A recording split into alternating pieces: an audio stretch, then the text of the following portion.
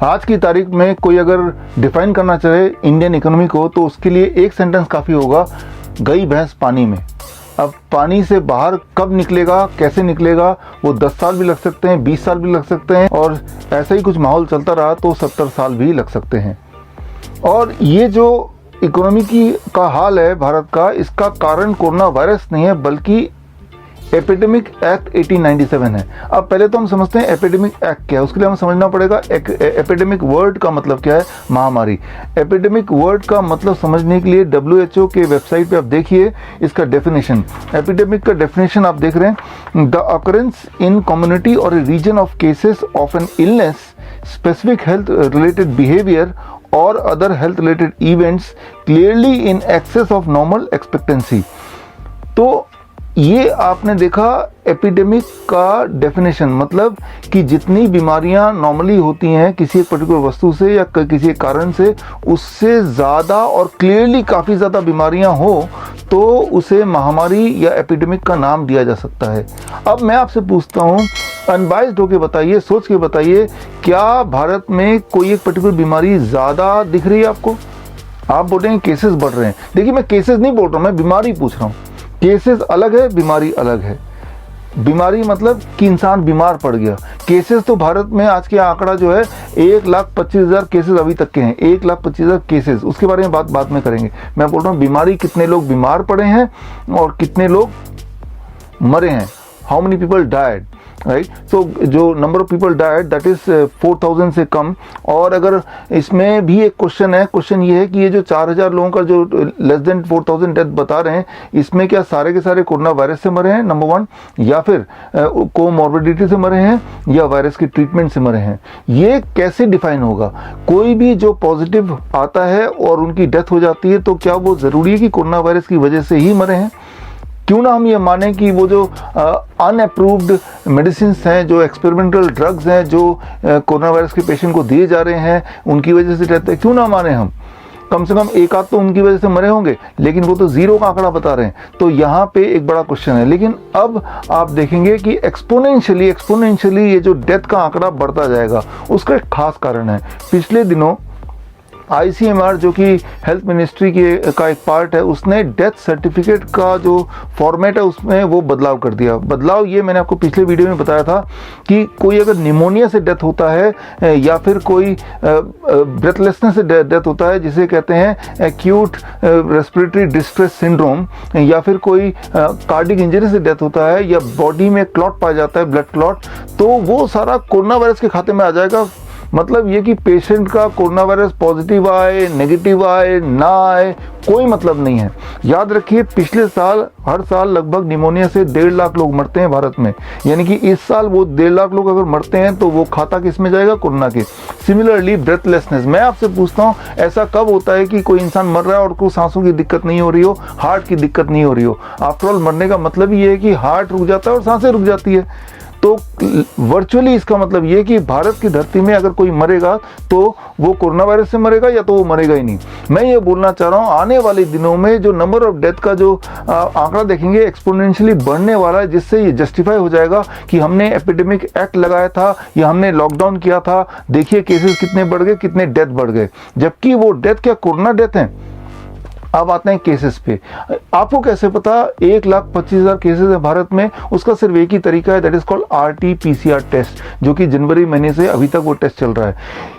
ये जो टेस्ट है, जब से ये टेस्ट कर रहे हैं तब से FDA ने, US के FDA ने इसे अंडर इमरजेंसी ऑथराइजेशन में रखा है। उसका मतलब ये है कि अनअप्रूव्ड, इसका सीधा मतलब है अनअप्रूव्ड। और वो मैं नहीं बोल रहा हूँ, वो FDA में इसका डेफिनेशन लिखा है कि जो इमरजेंसी ऑथराइजेशन का मतलब ही होता है अनअप्रूव्ड। वो तब अनअप्रूव था जनवरी महीने में कि ये टेस्ट किट कैसे काम करेगा कुछ नहीं पता था, तो अनअप्रूव्ड में रख दिया। लेकिन अब ये 5 महीने हो चुके हैं, मई का महीना आ चुका है और अब तक पूरे दुनिया में लगभग 2 करोड़ से ज़्यादा टेस्ट हो चुके हैं, यानी कि इस टेस्ट किट को 2 करोड़ बार टेस्ट यूज़ कर दिया गया है। US में ही 1 करोड़ 20 लाख बार टेस्ट कर दिया गया है। लेकिन आज की तारीख में भी अगर FDA के साइट में जाते हैं तो अभी भी ये अनअप्रूव्ड में ही है। और इतना ही नहीं, अभी भी इस टेस्ट किट के बारे में क्या लिखा गया है टेस्ट किट मैनुअल में, वो आप स्क्रीन पे देखिए। इसमें जो अभी भी साफ साफ लिखा है, पढ़िए। Positive and negative predictive values are highly dependent on prevalence. False positive test negative test result are more likely when prevalence of the disease is high. False positive test result are more likely when prevalence is moderate और लो।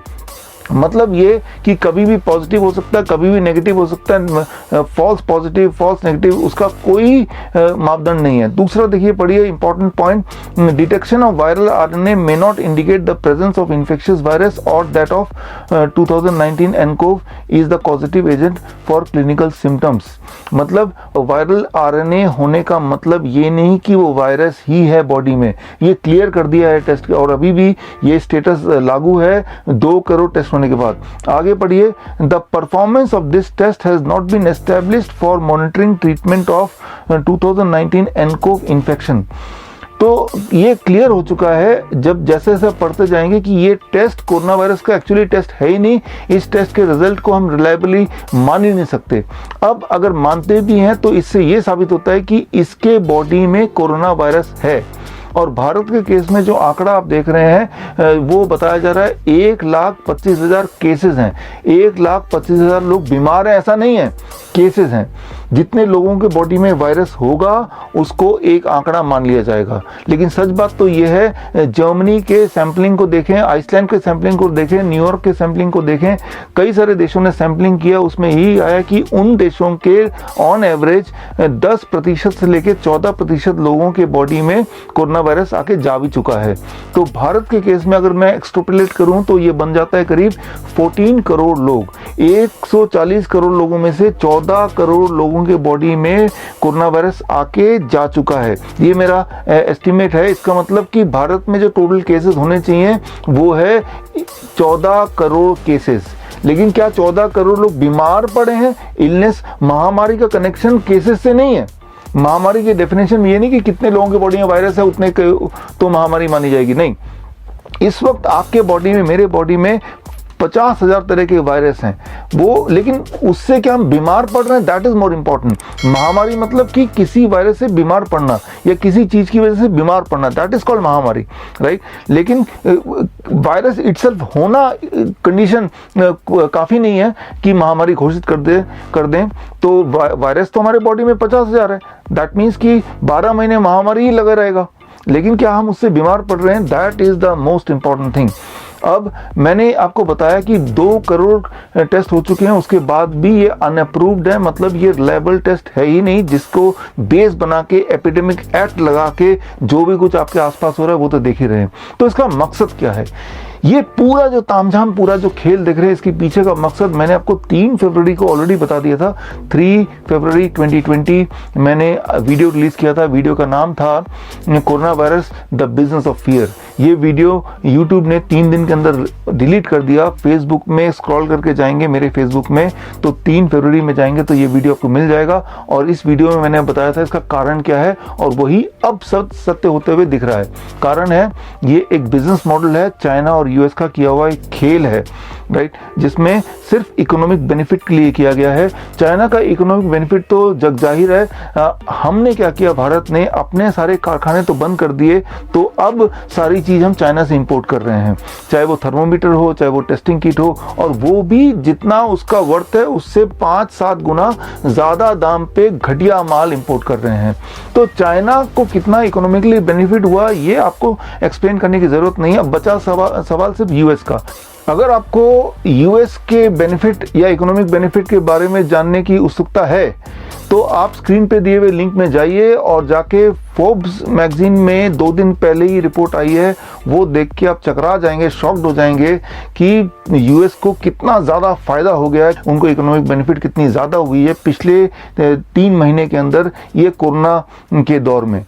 आप बोलेंगे US में तो cases बढ़ रहे हैं। देखिए जो मैंने अभी डिफाइन किया, आईसीएमआर ने जो अपनी गाइडलाइन चेंज की, डेथ की, द सेम गाइडलाइन सीडीसी ने कुछ 3 हफ्ते पहले चेंज किया अपने कंट्री के लिए कि वहाँ पे कोई मौतें होंगी तो कोरोना, डॉक्टर को बताया गया वहाँ के डॉक्टरों को कि अगर कोई भी डेथ होती है यूएस के धरती में तो डॉक्टर बिना कोरोना के टेस्ट कराए भी उसको चाहे तो कोरोना डेथ बता सकता है अगर टेस्ट के दौरान, अगर मरने से पहले कोई सिम्टम्स हो। सिम्टम्स कौन से हों मैंने आपको ऑलरेडी बता दिया, निमोनिया के सिम्टम्स हों या कार्डिक इंजरी हो, इस तरह की चीज़ें हों तो डॉक्टर का मन करेगा तो कोरोना लिख देगा या लिखना चाहिए, ऐसा वहाँ पे इंसिस्ट किया गया फॉर द डॉक्टर्स। तो मतलब ये कि वहाँ पे जब केसेस बढ़ते हुए नजर, डेथ बढ़ते हुए नजर आएंगे कि भाई 60,000 लोग मर गए, 70,000 लोग मर गए, अब देखो 2 लाख लोग मर गए, देखिए वो सारे कोरोना से नहीं मरे लेकिन वो डेफिनेशन चेंज हो गया, यानी कि यूएस में जब कोई मरेगा, भारत में जब कोई मरेगा तो एक्चुअली वो कोरोना से मरेगा ऐसा हम मान लेते हैं,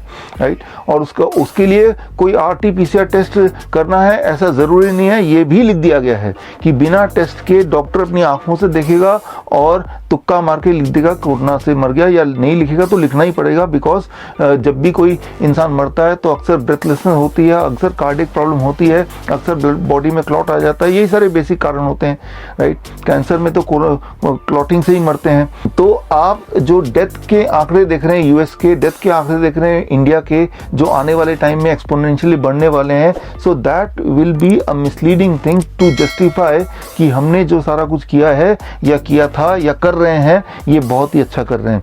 तो ये सारी बातें आपको समझना होगा ताकि हम अब सोचें, दिमाग लगाएं कि वो भैंस को पानी से कैसे निकालें। मैं doctor Vishwaroop Chaudhary, all the best, thank you, जय हिंद।